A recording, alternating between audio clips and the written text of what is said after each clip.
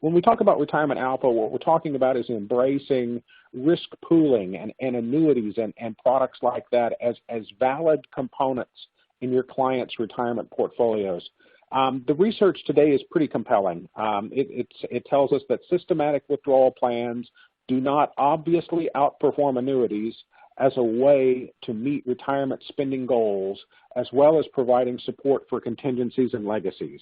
The evolution of products today has come a long ways, and the world really is changing. And when you listen to some of our major thought leaders and the folks that are driving research, what they're giving us is a key insight that as investment advisors, it's okay for us to think about stock and bond portfolios in a bucket that's going to last for 20 years, and then add to that a longevity annuity bucket that's going to take care of those retirement income needs and legacy needs in the 20-plus year time horizon.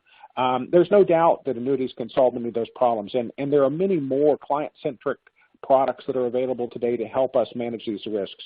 There are also tools, as we just heard from Mike, that will let us allocate annuities to meet the client's best interests, including mitigating shortfalls and addressing, that residual legacy. And obviously, it's a great tool. There are great tools out there for integrating annuities into your wealth management process. And so the world really is changing with respect to retirement alpha and the way we solve it.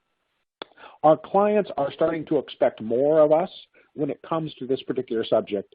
Late last year, there was some great research from Canucks and Greenwald Associates where they interviewed over 1,000 affluent families.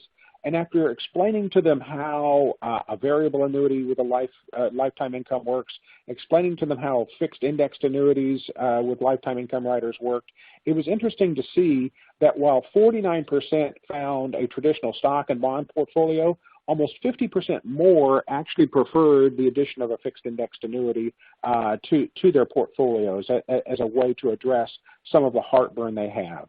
So not only from a longevity perspective, but also from a fixed income perspective, these products can make some sense. And this is an example comparing what a fixed indexed annuity would look like using a risk-arized stress test. When you compare it to the S&P, when you compare it, over a short period of time, like the 2008 collapse, and then looking at rising interest rate scenarios where you could see the value of aggregate bond indexes fall by 5.5%, but see the value of the FIA portfolio actually rise.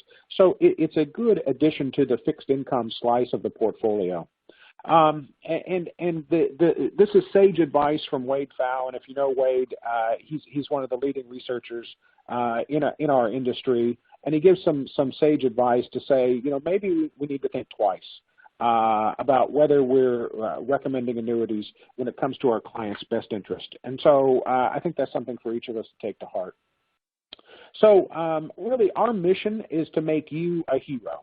And when you look at the environment we're in today, as I said earlier, when you look at how the DOL's activity to build fiduciary standards is really giving you a competitive advantage and really represents your client's best friend. When you look at the opportunity, the money in motion that's in play today for fiduciaries, you can see where the Modernist Advisor fits as a key strategic partner to help you achieve sustained growth and increase your value. So whether the DOL rule stays or goes away, the public has heard the message, and it's become quite a viral trend for them.